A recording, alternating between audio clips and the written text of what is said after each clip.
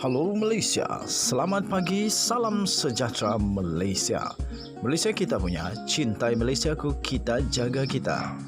Sebelum kita mulakan berita hangat pada hari ini, untuk anda yang baru pertama kali, silalah untuk sudi tekan butang subscribe, like dan share.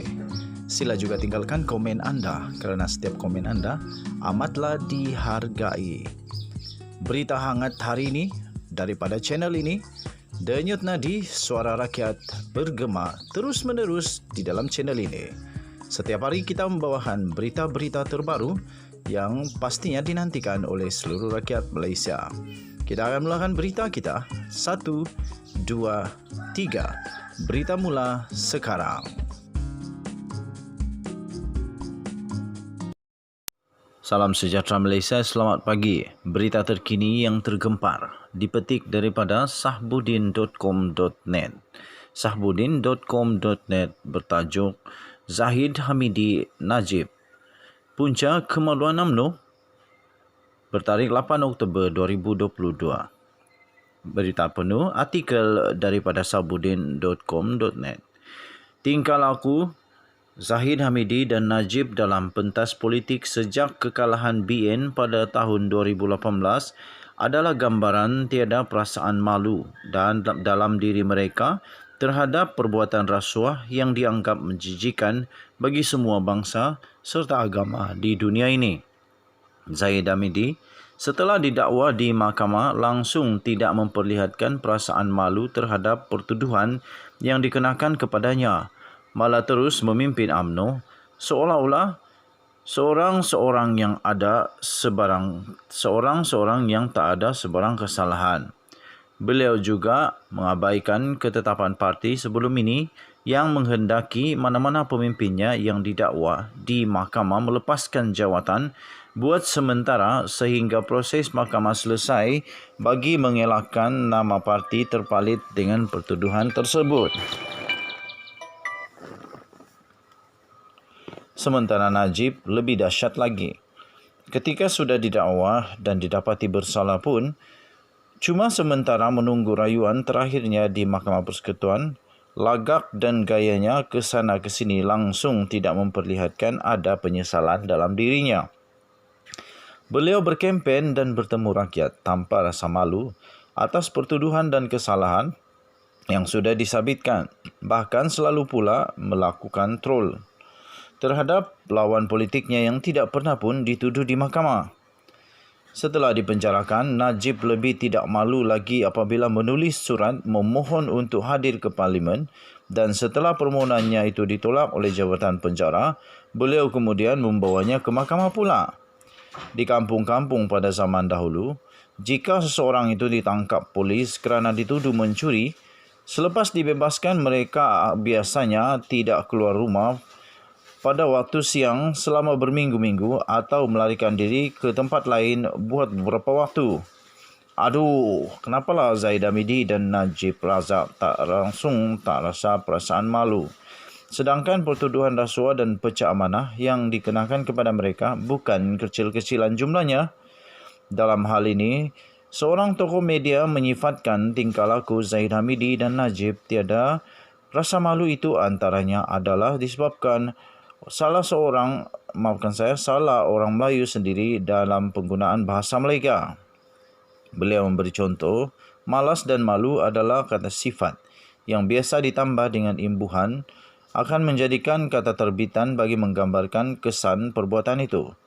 Contohnya kata beliau, kemunduran orang Melayu adalah disebabkan sifat malas yang mana ia akan bertukar menjadi kata terbitan kemalasan setelah ditambah imbuhan ke dan an.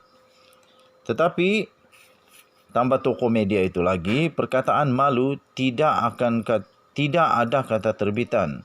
Kerana perkataan itu apabila ditambah imbuhan ke dan an, ia otomatik merujuk kepada anggota sulit manusia. Orang tua zaman dahulu malu untuk menyebut anggota sulit kerana dianggap lucah. Memalukan jika anggota itu dilihat orang. Justru tanpa disedari istilah kemaluan dirujuk sebagai ganti nama anggota sulit, katanya. Maka, kata beliau, kita berasa janggal untuk berkata amalan rasuah oleh pemimpin Kita menyebabkan kemaluan yang amat besar kepada seluruh orang Melayu.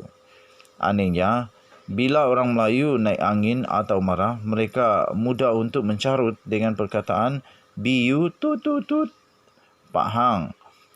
Kepala BU tut tut tut, PU tut tut tut, MAK dan seumpamanya katanya lagi. Menurut beliau, oleh kerana tiada kata terbitan bagi perkataan malu itu, ia dengan sendirinya menyebabkan mereka yang melakukan kesalahan rasuah, waima rasuah tahap mega sekalipun langsung tiada perasaan malu dalam diri mereka.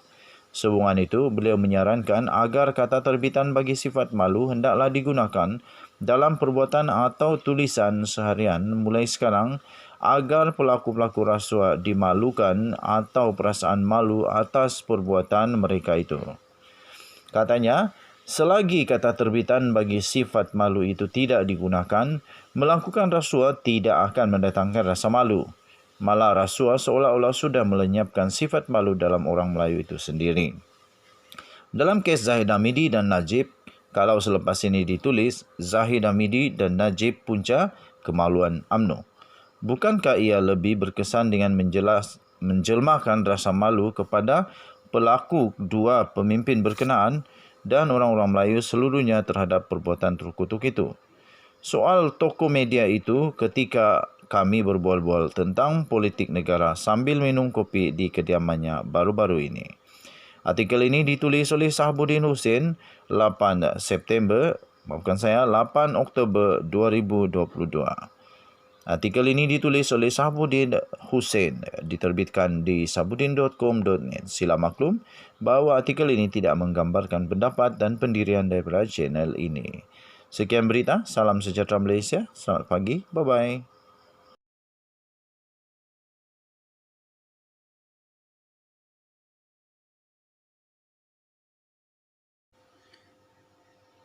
Kita mendoakan semoga Tuhan menjaga Parti UMNO. Kita mendoakan semoga selepas ini UMNO akan terus bersih dan seterusnya UMNO akan bangkit semula sebagai parti Melayu yang terhebat. Parti Melayu yang pernah menjadi legenda untuk negara Malaysia.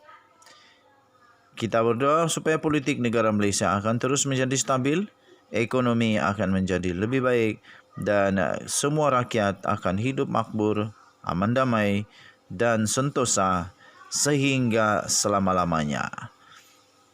Jangan lupa tekan butang subscribe, like dan share. Kita jumpa lagi. Tinggalkan komen anda kerana komen anda adalah amat dihargai. Bye-bye Malaysia. Selamat pagi. Selamat pagi. Bye-bye.